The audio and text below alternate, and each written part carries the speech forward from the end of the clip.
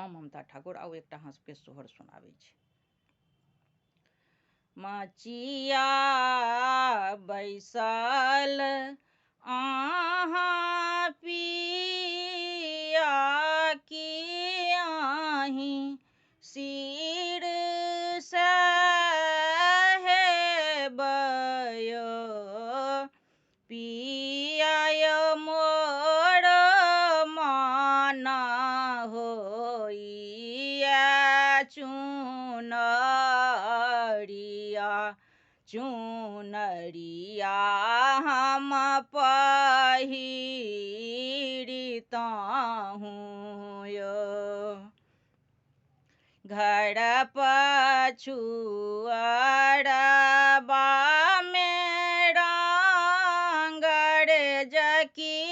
तोहि मोराही तब सुरे रंगरेज रे रांगी दहिन धानी ला चुनरिया चुनरिया धानी पहिरत रे माये अहाँ के सुपबुनथि बाप सुप बेचथि हे धानी है भैया लोक ढोलकी बजाबथि तकर बहिना नाटिन छियै हे एतबा बचन सुनलनि धानी की सुनी मान व्याकुल रे ललना रे ठोकी लेला बाजारा के बारा जहरा खाए मरब रे घर पछुअरबा में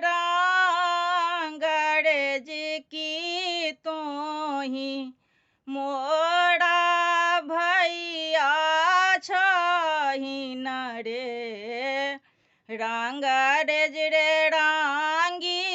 दहिन धानी ला चुनरिया की धानी पड़बो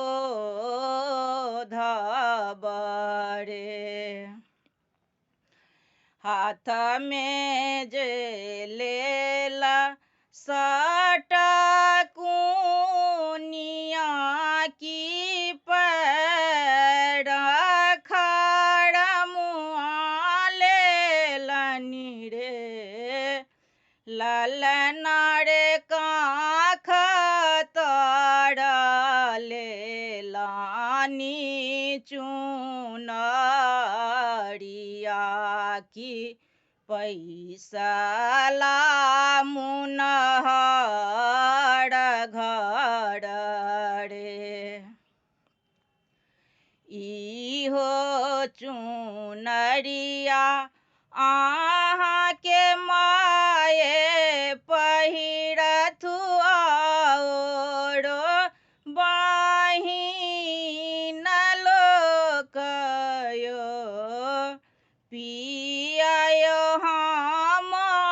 नहीं पहिरब चुनरिया चुनरिया नहीं शोभत यो माये हमर सुपबुन छथि बाप सूप बेचथियो